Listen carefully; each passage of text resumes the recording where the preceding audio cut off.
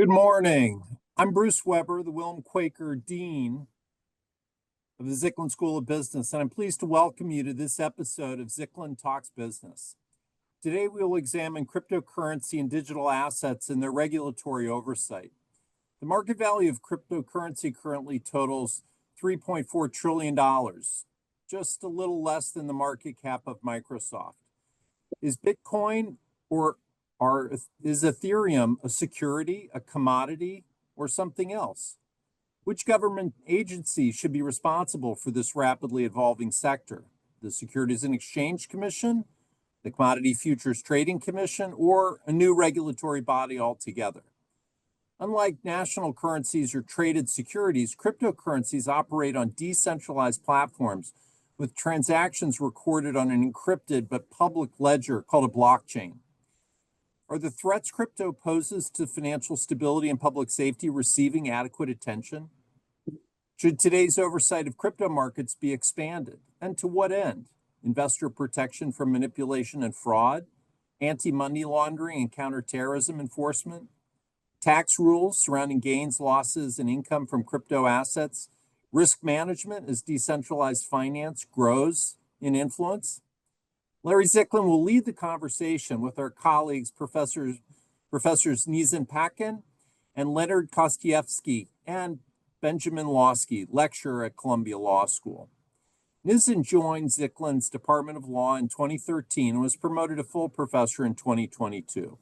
She researches financial regulation, cybersecurity and technology policy, and AI in the financial industry. She focuses on issues of consumer protection, business ethics, and ESG with a special focus on diversity, equity, inclusion. Lenny joined the faculty of Zicklin's Burt Wasserman Department of Economics and Finance in 2022. He previously was a professor at Boston College and University of Rochester. He publishes widely on innovations in investment management and teaches corporate finance in Zicklin's BBA program. Ben Lawsky is the Chief Executive Officer of the Lawsky Group, a strategic fintech advisory firm, and he's also head of policy and regulatory affairs at NYDIG, financial services firm focused on Bitcoin. From 2011 to 2015, Ben was New York State's Superintendent of Financial Services, where he managed 1,400 employees and oversaw state-chartered banks, foreign banks, and insurance companies in New York, as well as money transmitters and other financial services providers. More than 3,800 entities with assets of more than $7 trillion. Prior to serving as New York Superintendent of Financial Services, Mr. Lawsky served in a senior position in the New York State Attorney General's office and spent more than 5 years as an assistant U.S. attorney in the Southern District of New York, where he prosecuted white-collar crime, organized crime, and terrorism cases. Mr. Lawsky is a 1995 graduate of Columbia Law School, where he is an adjunct faculty member. There will be time near the end of this session for questions from the audience, and you can submit them via the Zoom chat message feature to my colleague, Associate Dean Gwen Webb. Once again, our moderator is Larry Zicklin, who's the former CEO and chairman of Neuberger Berman, is a graduate of Baruch College, and also teaches in our MBA and undergraduate programs. With that, Larry, I hand it over to you. Bruce, thank you very much. And let's begin by making sure we all understand the definition of crypto. Does somebody want to talk about cryptocurrencies, which we'll refer to as crypto? One of our guests? Sure. Go. So I guess it is good before we get into regulation of crypto to just talk about what crypto is. So kind of the usual definition of cryptocurrency is just a currency that uses cryptography to be able to be secure, to allow for secure transfer digitally. And typically the way this is done is using this relatively new technology called the blockchain, which is a decentralized ledger, which basically keeps track of all of the transactions and allows people to securely transfer their cryptocurrency from one person to another directly without any requirement of intermediaries or any need for additional security. And who oversees the blockchain to make sure it's working properly? Nobody. So blockchain is the basis for, let's call it a $3.5 trillion industry, and we just rely on it.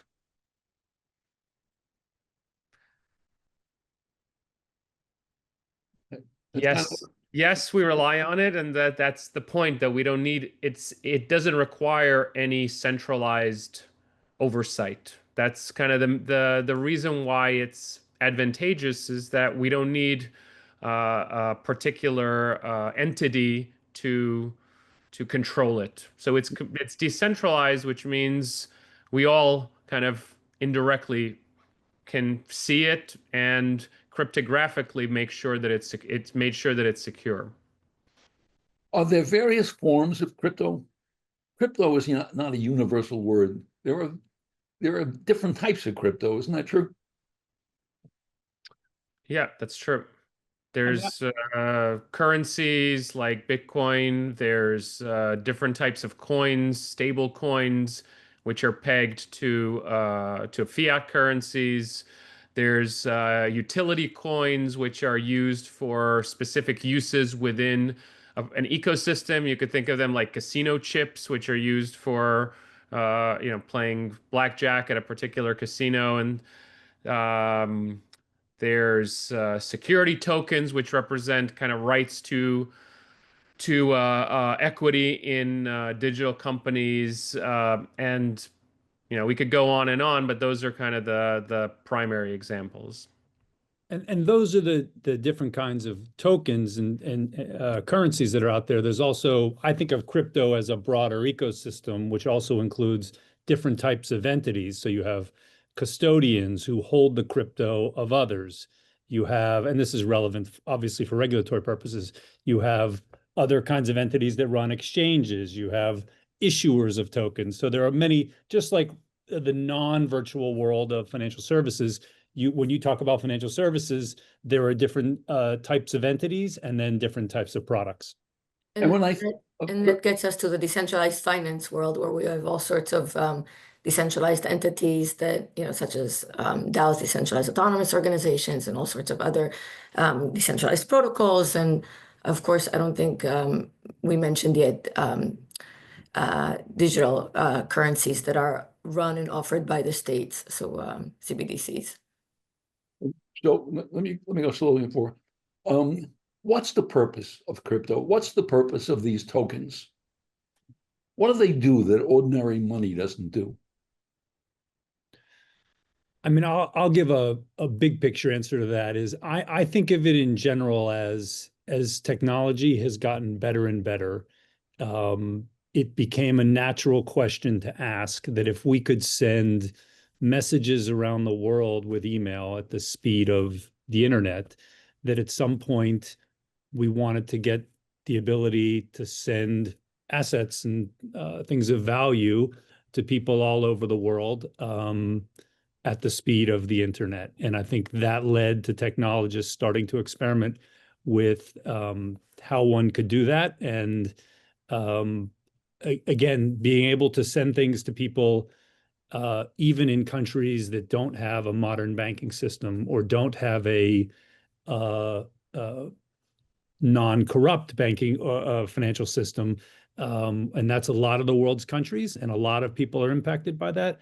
And having the ability to potentially, because everywhere just about in the world now, people have Android or non-Android phones, that internet access could give you the ability to engage in the world's financial system. So I think that, to me, that's one of the big pluses that crypto, when done correctly, really offers to the world.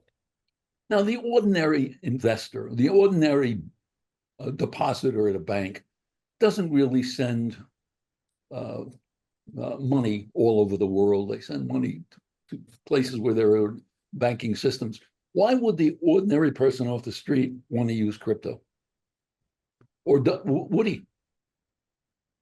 They want to participate so they want to participate in a platform that requires, like, if you want to play blackjack at a casino, you need to take your dollars and convert them into those chips. So potentially, if you want to participate in a platform, it could be a game, it could be some financial product. that requires the use of this token, you can do that. You might also want to diversify if you're worried about the future value of fiat currency. You might believe that this is something that governments cannot inflate away, and so this is another possibility that you want to hedge against future economic dislocation. Those are two examples. But it's important, I think, to say that not everyone would necessarily agree that there is a reason for for a regular person to use crypto for various reasons, ranging from scalability issues that, the blockchains struggle to process high volume of transactions quickly, and that's something that we've seen. Of course, there are security issues, regulatory issues, high energy consumption issues. So I don't necessarily think that it would be fair to say that we're in a position to argue that everyone should use crypto instead of the traditional financial system, or that it would be beneficial. But there are, of course, certain advantages and potentially future benefits that we haven't yet fully discovered or formalized for this alternative system as an add-on or a replacement. Well, I recently checked and found that there were over 17,000 cryptocurrencies in existence, of which 10,000 are alive, and over 560 million cryptocurrency users. How do we square that with the limited uses of crypto? Why are these people doing this? Why are they getting involved in crypto? Very few people wire money to these kinds of countries that Lenny describes. Other people are not playing games, but there are 10,000 active coins. Is that the right word? Why? And by the way, if you want to regulate, how do you regulate 10,000 different coins?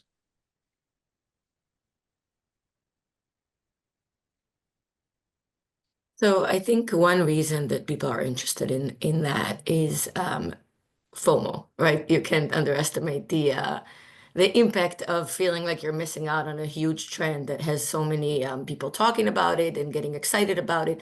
Also, because there are so many different types of altcoins and products out there, many of them speak to certain communities or certain groups. Resonate with certain notions or certain goals, and that of course enables you to be part of a community, part of a goal, part of a group of people. This goes back to what Ben was also describing before, alternative or decentralized types of organizations or entities that could advance certain goals. We see that with DAOs, for example, even in the nonprofit sector. It doesn't have to be just for profit. So there are various types of goals or missions or ecosystems in which people, feel like they belong to a certain type of group or community, if they are interested in this. Then he was talking about games. We see this also with regards to NFTs or all sorts of, digital games, play to earn, all sorts of different models. They utilize different types of crypto products. So there are various ways to get interested, whether you're just an interested, retail investor or someone in the, gaming world, or a type of person that is a member of a certain community or a certain goal, or just, financial speculation and investing and curiosity. You think a lot of it is speculative? I think the vast majority, especially now with exchange traded funds being offered that allow easier access. You don't necessarily have to have an account on a crypto exchange to invest in cryptocurrency. I think it's most of those users hundreds of millions of users that you mentioned. My guess is most of them are just holding cryptocurrency for speculation, though of course, as Nizan said, there's many different other uses that, more productive uses, I would argue, than speculation. But let's be honest, most of the interest in cryptocurrency is like a get rich quick scheme. And does all crypto work off blockchain?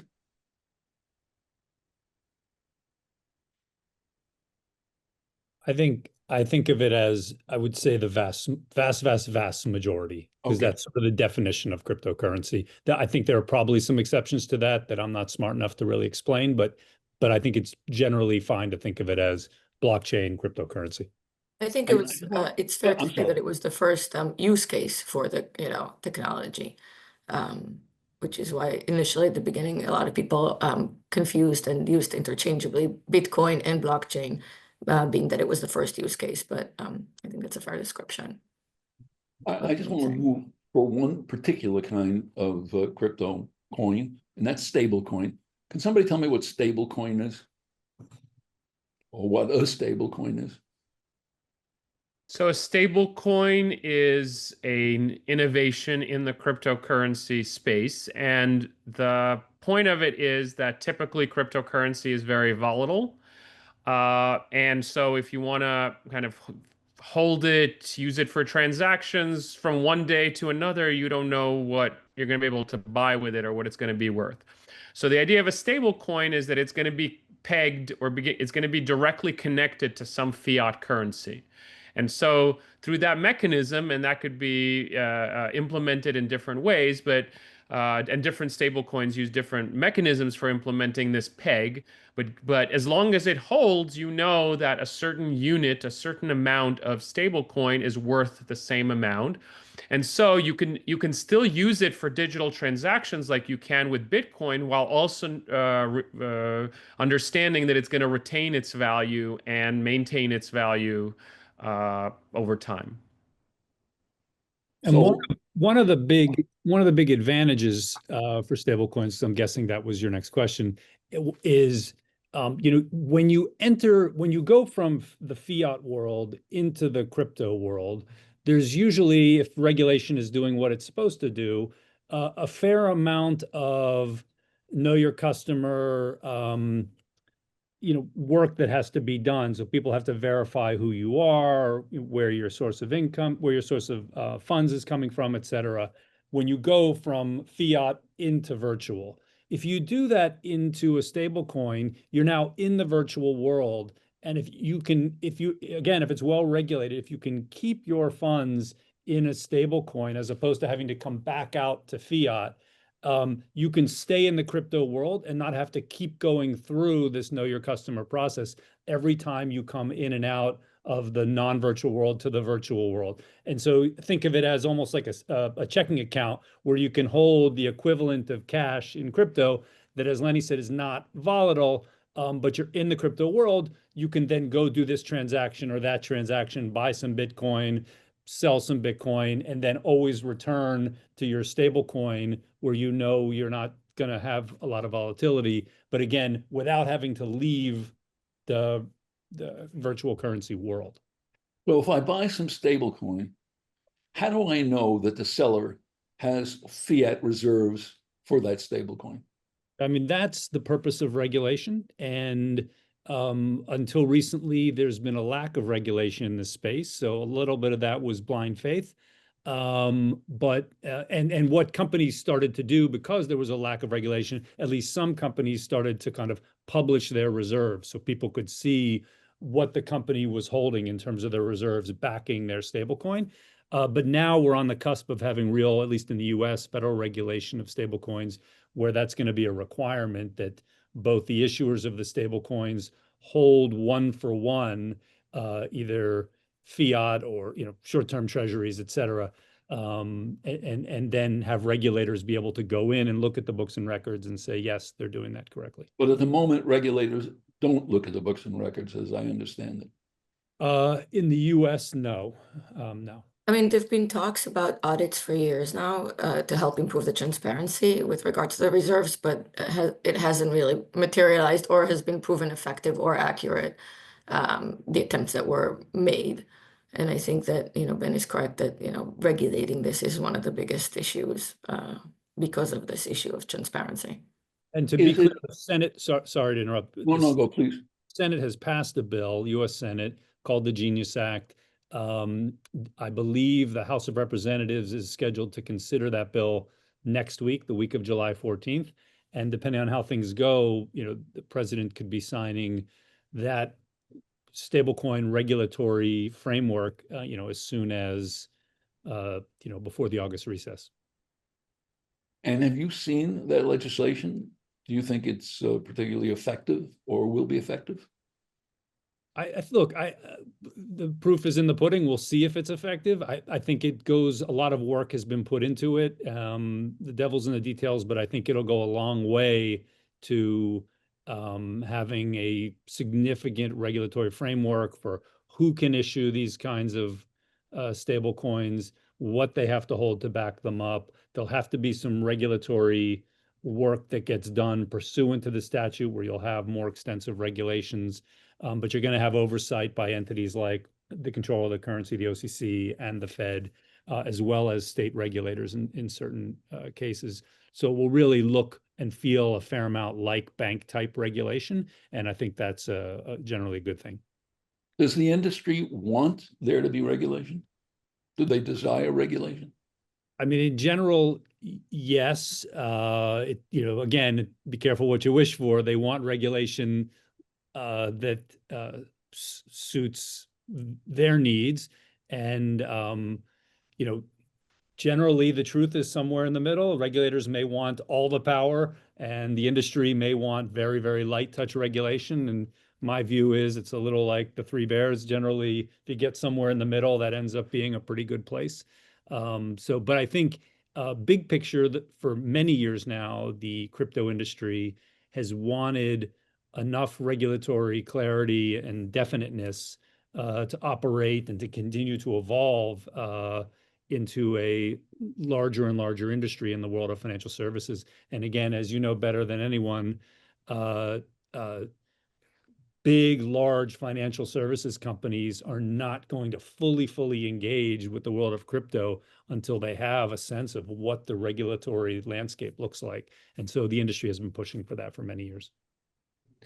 I just want to add, so we've been in this, position for years now, as you just heard, that on the one hand, the industry wanted regulation and wanted certainty and said that businesses thrive on certainty and it would be very useful for them to know exactly what's the lay of the land. But at the same time, as correctly stated, you only want regulation when it's useful for you. And there's been a lot of pushback. We've seen this in big tech as well, when the regulatory requirements are not really that useful. And then we've seen a pushback.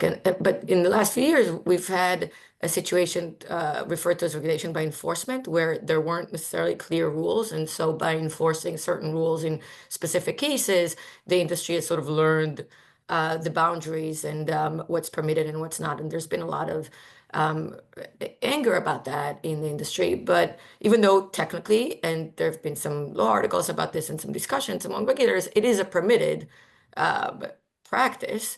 And it's not just done by the SEC or the CFTC, other agencies do it as well. But of course, it's not the desired regulatory mechanism to do it after the fact with enforcement. And in particular with the Genius Act, we see, some industry players very excited about it. But of course, others might argue that there are all sorts of weaknesses and potential exposures to risk and, making these, potential transfers of large amounts of funds out of the FDIC-insured banks a hazard. So, there are always pros and cons, but definitely shedding more light in terms of the requirements and the reserves is something that we very much needed. Just Go. I just wanted to add just a quick point that I wanted to make about whether industry supports this. So I think you have to go, ask which members of the industry. So maybe the current industry maybe supports it to some extent. However, in the past, we've been in a kind of gray zone of legality, in the sense of what's legal, what's not legal, was not unknown.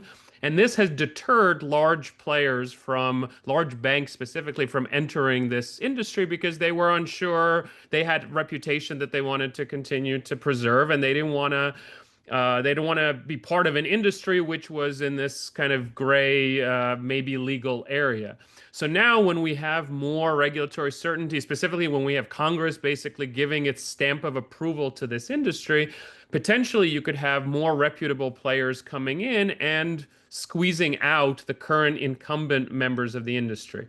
So in terms of for whom it's going to be good, it might be good for consumers, it might be good for investors, but in terms of like the shady players who were dominating crypto before, the more regulatory certainty there is, the worse actually it is for them. Do you think that it's the shady players that are engaged in this, what seems to me to be a decentralized kind of an industry that nobody's in charge of? So the shady players that are greenwashing, not greenwashing, but laundering money or evading taxes are the participants in other than stable coins. I don't think they're in stable coins. Is that fair? I mean, my take is all over the financial services industry, when there's a new area that emerges that is less well regulated than the rest of the financial services industry, there is usually some degree of fraudulent activity that kind of gravitates there. It's sort of, they want to go where the light is not shining. I don't think that's by anywhere near the majority of the industry. My experience has been the vast majority of the industry does want to comply and does want to have regulatory clarity and does want to do it right. That's been hard sometimes when there hasn't been clear regulation. But again, my experience has been that crypto hasn't really felt a lot different than other areas that developed, in financial services. If you go further back in time, go back 20, 30, 40 years, anytime there's a new area that hasn't been regulated yet, there's going to be some amount of nefarious activity because just the light isn't shining there yet. Then the light eventually turns there and they scurry away to some, if they can, to some other area that's less well regulated.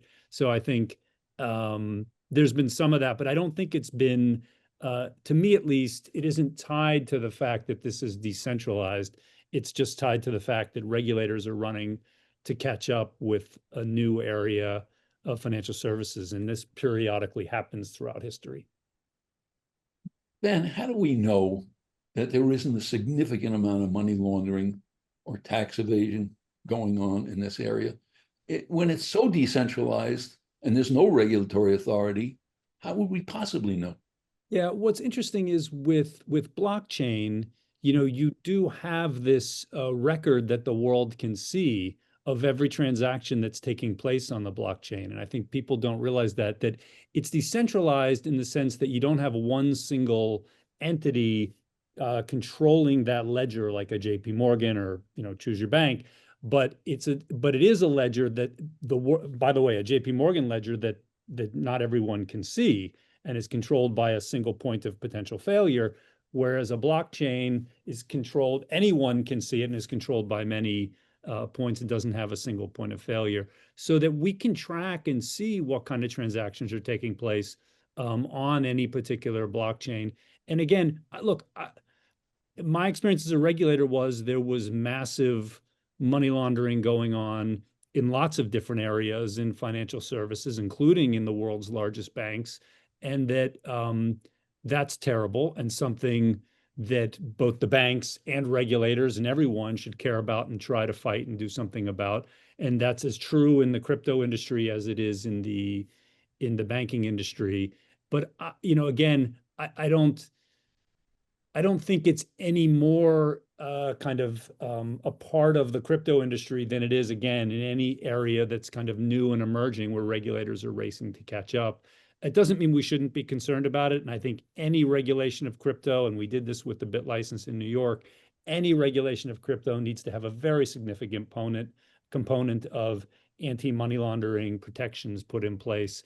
There's always going to be bad guys trying to do bad things, but you need to handle that and regulate it without saying the entire industry is bad. I mean, just because we have billions of dollars of money laundering going on in the banking industry, we don't say get rid of the banking industry. We say we got to really do something about that, regulate it, and go after those bad guys, and then always try and keep up with the new technological challenges that there are. I mean, that's the real problem, is both hackers and money launderers, they're constantly innovating. And so the regulators and the banks themselves have to, and all of our regulated entities have to be innovating themselves to try and combat that.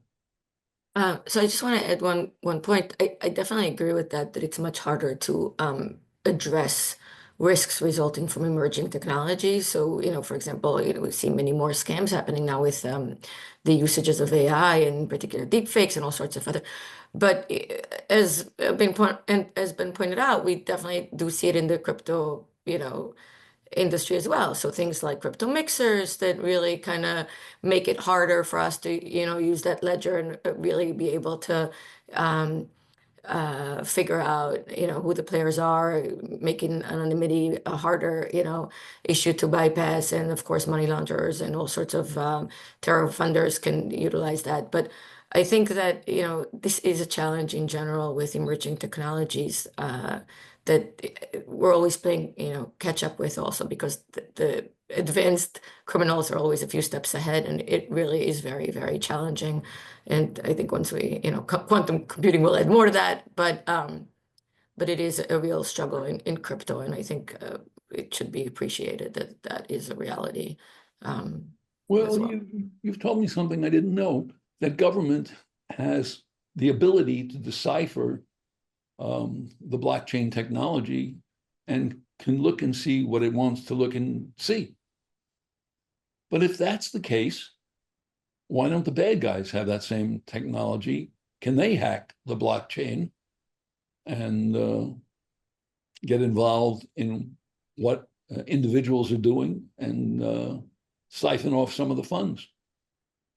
Well, I would say there's a distinct difference between being able to see what's happening on a blockchain and being able to impact what's happening on the blockchain, or even reverse a transaction or create a transaction.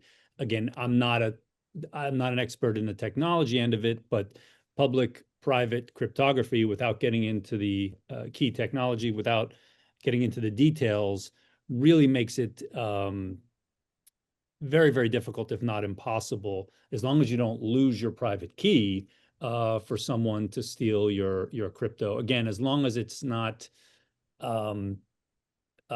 kept in sort of online. And what I mean by that is there's the sanctity of the blockchain, which I think is quite secure. In let's just use Bitcoin, for example. The Bitcoin blockchain is virtually, in my opinion, impossible to hack. But if you're keeping your private key, which is kind of, imagine you have an account at a bank and it's your account number, if you're keeping it somewhere that hackers can get to, or if a company you're using to hold your Bitcoin is keeping your private key somewhere that hackers can get to, then you're vulnerable. But that doesn't mean the Bitcoin blockchain is vulnerable. It means how you're custodying your key is vulnerable. And that's, again, something regulators, we spent a lot of time on this when we did the BitLicense. Regulators want to see, for example, that those private keys, which must be held sacrosanct, that they are being held offline in a place where they really, no hacker can get to them. And So this is where you ended up with the not your keys, not your coin phrase that has become so popular in the industry.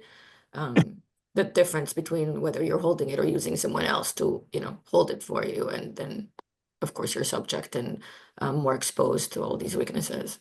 Right. And that's a very important piece of advice for anybody who's holding crypto in a certain amount. If it's something you don't want to lose, you don't have to necessarily hold the key yourself. But if you're having another company, whether it's Coinbase, whether it's NYDIG, where I work, whether it's somewhere else, if you're having another company hold your private key and your coins for you, you want to really understand how they're securing that, who is regulating that, and are those keys kept safe, and how are they kept safe from hackers? Are they kept offline? If they're not kept offline, why not? And what are the protections that are in place? And the key, just for definition, is just the code. Yeah. It's just so let me ask you a question. If the code is not exercised, somebody dies and they die with their code, where does the money go? Well, if the private key, that code is essentially lost and nobody has it, your coins stay in the wallet, the place where you had them on the blockchain, and they really no one can get to them. And there's actually a fair amount of Bitcoin from the early days of Bitcoin. Well, I forget the term that's used, but they're just sort of lost Bitcoin. They're there. You can see them on the blockchain sitting in a particular account, but the passcode has been lost, so no one can get to it. Then somebody that's offering that Bitcoin is enjoying the use of interest-free money, isn't he? Well, they can't move. The Bitcoin is sitting on the blockchain and can't move without that private. So imagine a bank account without an account number. You can see it there, but no one has the code to open the account. It's almost like dying where you're the only person who has the password to your email account. If you're literally the only person, then your email is just sits there, it can't do anything. And if that key is in stablecoin, isn't the issuer earning tax-free money because the stablecoin's invested in something? Yes, I guess that's right. If you bought a stable coin, you gave $100, you got $100 of stable coin that sits on a blockchain, and you die and no one can get to it, then yeah. In the securities markets, I was taught early on that you have to know your customer. You have to make sure the investment is appropriate for the customer. Is there any such thing in the crypto markets? Or does a Robinhood, which I gather takes crypto orders, does a Robinhood have to know anything about the customer? Or is customer A the same as customer B, the same as customer C? I don't know of any consumer protection. And I'm thinking of especially retail investors. So most exchanges do require you to submit information about yourself, so they do know significant amount, and they can verify that you're not a arms dealer or something of that sort. So if you want to open an account with Coinbase, then you do need to provide them with certain information. But if you want to just have a wallet of your own, then without using an exchange to exchange it to another cryptocurrency, then there's no need for you to have then there's nobody who you need to supply your name to. And I think we're talking about two different things here, which is one is the information you have to give in the know your customer process to prevent money laundering, to prevent bad guys from getting involved in these systems.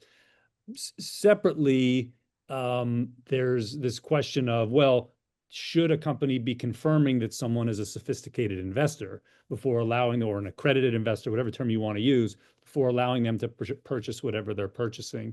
I think with crypto, again, usually, if you're just buying, let's say, Bitcoin, you have to go through that know your customer process, so you're not a bad guy buying Bitcoin. I don't think today Bitcoin is considered a sophisticated investment. What we do have, to the extent there is regulation, there is some in the EU, there's some in Singapore, there's some in New York, for example. There are consumer disclosures that have to be made so that your customer knows that what they're getting into has a significant level of risk. And that's how we kind of deal with it. I think, again, if you start to create more complex crypto products, then you're going to bump right into those rules, Larry, you're referring to, which are really for if you're going to get involved in options, or you're going to get involved in derivatives and have an ISDA, then you're going to need to be an accredited or sophisticated investor to get involved in those things.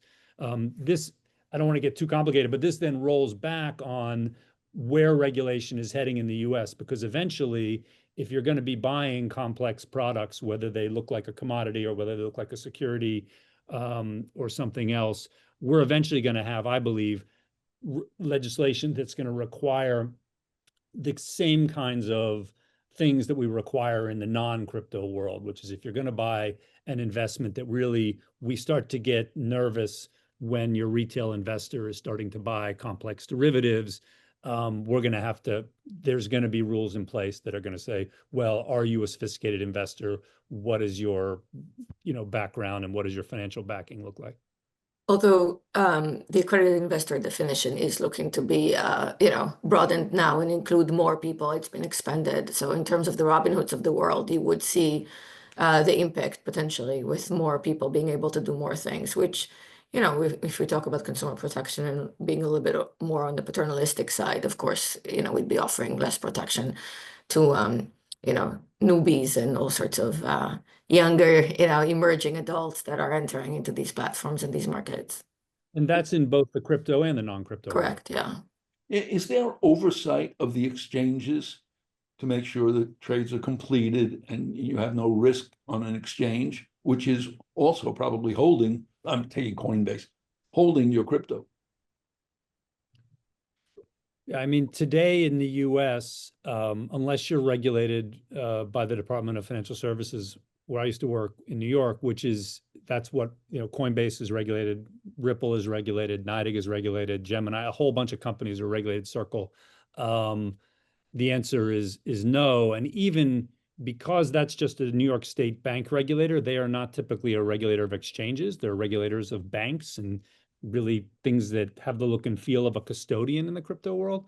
That I think exchanges, in terms of the kinds of regulations you're talking about, to make sure trades are completed, et cetera, we don't have extensive regulation or any regulation really of exchanges in the crypto world today.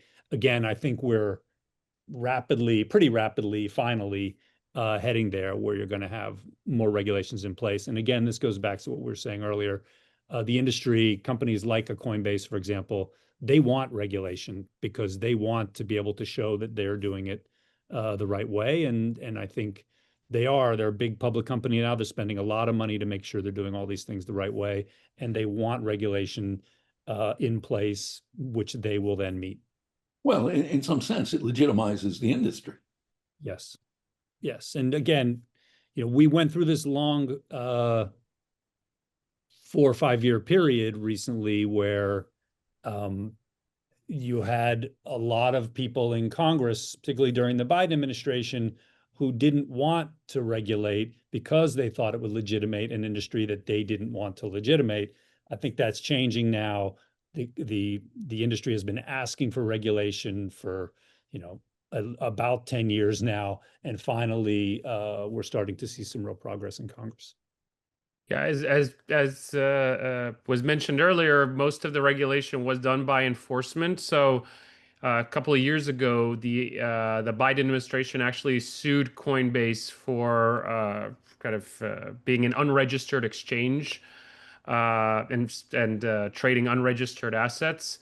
And the new administration came in and immediately dropped that lawsuit. So I think in the future, it's going to be more, there's broad, comprehensive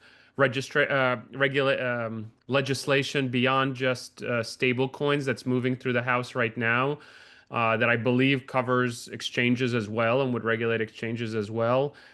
So I think we're moving away from the model of just kind of the SEC deciding to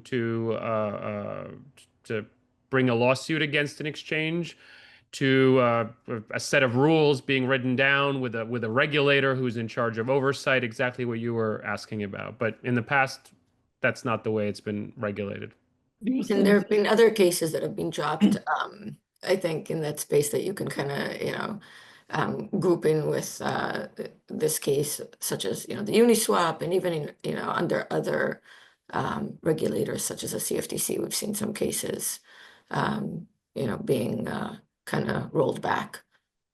Do you think the new legislation will create multiple regulators for crypto, or will there be one regulator that's in charge of all crypto?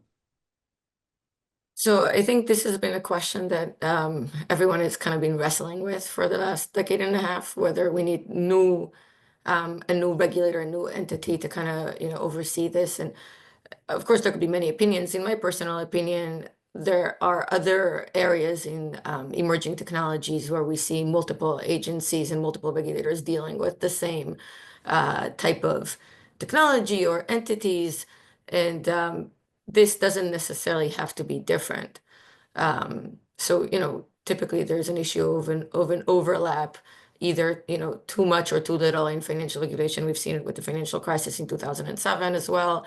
When a lot of regulators are looking at the same thing, sometimes not really, we're not covering enough, or we're covering too much and missing out certain areas. And I think in this context, this is applicable as well. Of course, there are areas where it could be relevant to, all sorts of different agencies, but I don't necessarily think we need to reinvent the wheel and kind of create something brand new and designate to this new, agency or new regulator all the power with regards to crypto. I think that there's certainly a lot to work with, and we can update and redefine or include more or less. But I feel like the current regulatory system should be and could be able to, with the proper adjustments, address this industry as So well. the various agencies would take different parts of the crypto industry under its wing.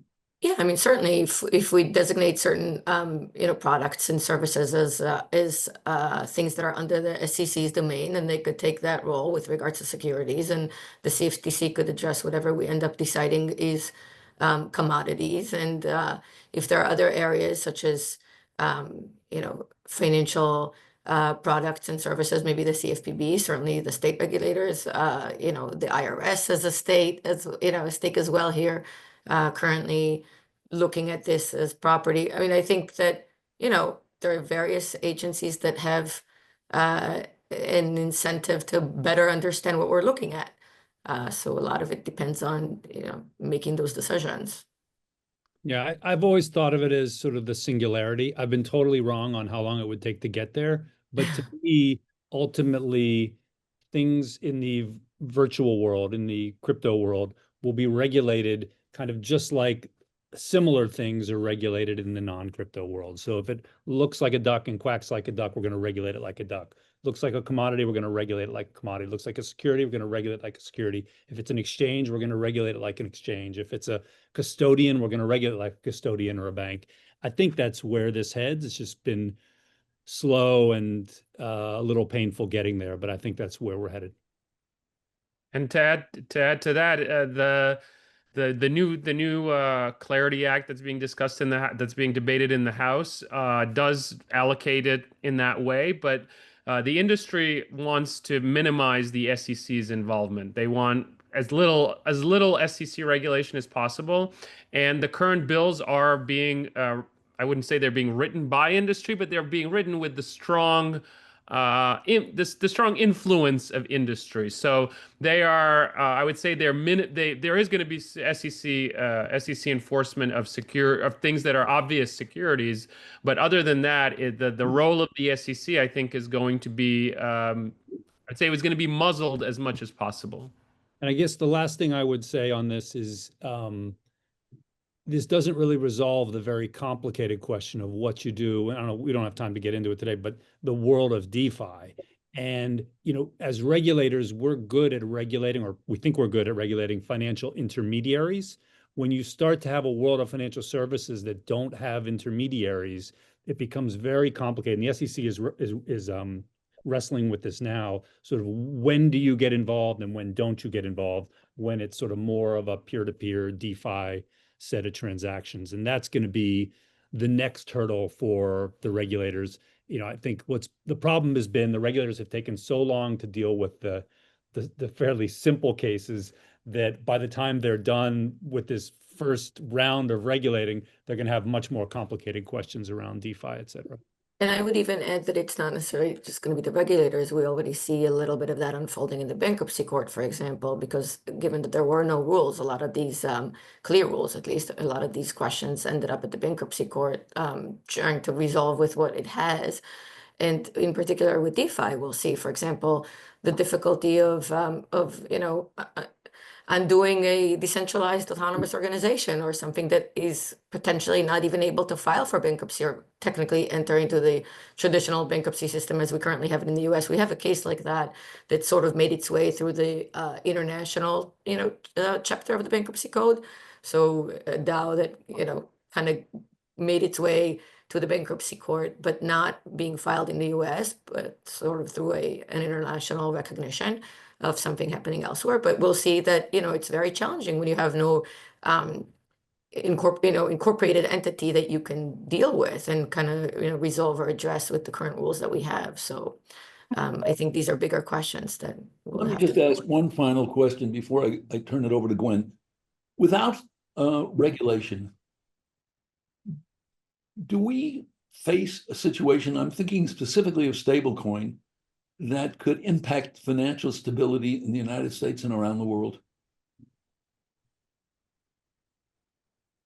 I think it's definitely the close connection between stablecoin and fiat currencies, the potential for runs, the potential for these pegs to fail. Those could all have systemic effects on banks, on issuers of these stable coins who could be connected to financial institutions, and so you potentially can have kind of effects beyond just the virtual world to kind of to the broader financial system. So I think that's potentially why the urgency to address stable coins was so was there, because, and that's why it kind of went first, because there is the concern that we're not just talking about crypto here, we're talking about regular people who just hold fiat currency, and they could also be affected if their financial institution is holding stable coins or something like that.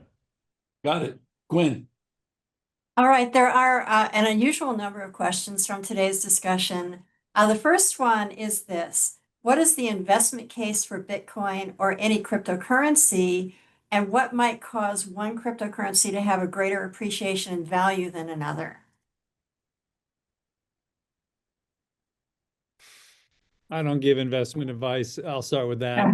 Okay. I think I don't know if we have the bandwidth, today to say that. Look, I work at a company that only deals with Bitcoin. It has the largest market cap. We know it kind of has the most clarity, at least thus far, in terms of regulation. I think that's all helpful. When people ask, like personal friends of mine ask me, should I buy Bitcoin? Should I buy crypto? My advice in years past in the world we had been in pre-regulation was, never spend more than you're willing to lose entirely. But, for some people, that's a fair amount of money, and, some of them have done quite well, but I don't feel comfortable saying more than that. Well, isn't it in the eyes of the beholder?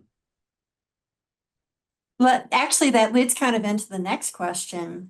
Do you think that potential applications of blockchain technology beyond cryptocurrency have not yet been realized despite all the hype about technology? And are there many projects that have remained in the pilot stage or been abandoned? So this really gets with the almost experimental nature of some of the technology. Look, I would say, I'll leave it to others, but I would say yes and yes. I mean, I think there's lots of stuff in the pipeline. There's all kinds of innovation. There's incredible numbers of young people coming out of great colleges with computer science backgrounds. They're very into this, and they're coming up with new and better uses for crypto all the time. So I think it's exciting, and we'll see what the years ahead hold. And again, the more regulation there is that is smart, we're going to weed out the stuff that is fraudulent and bad and let more of the interesting innovation kind of sprout. I think that's the hope anyway. I think, I agree with that. I would just add that I think the most interesting uses are going to be outside of the specifically cryptocurrency realm. Like specifically, I'm talking about cryptocurrencies for speculation purposes. I don't think that that's necessarily going to be, world changing, but potentially other applications, innovations that could improve the financial system. All of those could be really important. So we might not have seen yet the most important technology or the most important use case of blockchain and crypto. Well, Nizam, do you have a perspective on that also? So I also agree that many more use cases are hopefully to come. I don't think we necessarily have discovered yet the most prominent or promising ones, but I think that, given the interest that this generates, surely we'll be seeing much more in the next few years. And I think at the end of the day, the biggest promise of this technology is that by nature it's decentralized, so democratic. A lot of the other technologies require one captain or one sort of leader, and I think that does entail certain promises that could be used for very interesting use cases. That's interesting. Now, here's a question along a different line.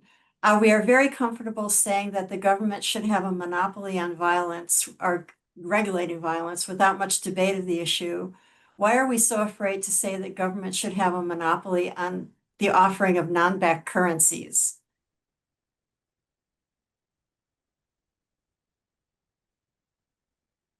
I think this is for Ben or for Nissan, as it came from an attorney. Why should the government, could you do it again? Why should they have a monopoly? Okay, the premise here is that the government has a monopoly on regulating violence, and nobody really debates that. And the question then is, why are we so afraid to say that government should have a monopoly on offering non-backed currencies, such as the cryptocurrencies? So you're saying why shouldn't we just say this should all be centralized CBDC, centralized banking? Yeah. Well, I guess I have a couple reactions. One is, if we went that way, I'd probably have to get back to you in like 2045, because that's the speed at which governments can innovate typically and do this kind of thing. A. B, I think we just have a history of letting, in this country and around the world, frankly, of letting technologists and private companies innovate. And I think, look, blockchains developed and Bitcoin developed in the wake of the financial crisis, where people were looking for better or worse, to be outside of the traditional regulated banking system. And then I think, frankly, if you're looking globally, people get really nervous about, surveillance of CBDCs. And so if you're living in a country, not the US, let's say, but maybe even in the US, you might be nervous about a CBDC, where your government can see every little transaction you engage in if you lived in that sort of world. And I think people don't want to live in that kind of world. So look, that may be where it goes in countries like, say, China. But I don't think in the US we're going to go for that. And frankly, in fact, there's a bill, I think, being considered, a third bill we talked about the Clarity Act and the Genius Act, but the House of Representatives, I think, is also considering another bill next week that I don't know if it'll go anywhere, but it's intended to kind of prohibit CBDCs because there is such antipathy now, at least by some in the US, to have government controlled currencies. Gwen, can I interrupt for just 1 second? Sure. This administration is anti-regulation by and large. Is it possible that the regulation that comes out of the House and Senate will be so light that we'd be better off without it? It's interesting. That's always possible, but fascinatingly, a lot of this legislation began to get written in the final years of the Biden administration. And so kind of the framework for these regs and for these laws has already been set. And so they have in certain cases, a fair amount of teeth in those laws. So I don't think that's exactly where this is going to head. And look, we live in an imperfect world. We did the bit license in 2015, and there are reasons to try and improve as you see how a particular regulation, for example, is implemented and what its impacts are. And I think smart legislators try to do the best they can and then look at, how things have turned out and decide, do we want to turn the dial up? Do we want to turn the dial down, depending on how the industry is developing over time. But I don't think this is a case where you have an anti-regulation administration who shows up and starts writing from scratch a bill that is so light that it's really meaningless. I don't think that's the situation we're in. It's meaningless, but it legitimizes the industry. Right. Yeah, but I don't think we're there. And I think to some extent, ETFs have done that too, right? They introduced a lot of new potential, interest and legitimacy. Yeah. I think the hour is up. Larry, do you have any last comments on this? No.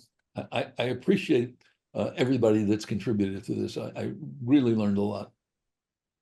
I want to thank you, Larry. Thank you, Ben. Thank you, Nizan. Thank you, Lenny. It really has been an interesting conversation. There are a lot of questions, so there's a lot of interest in this, a lot of uncertainty, and I think that I'm very happy that I have a much better sense of all the possibilities for the future going forward.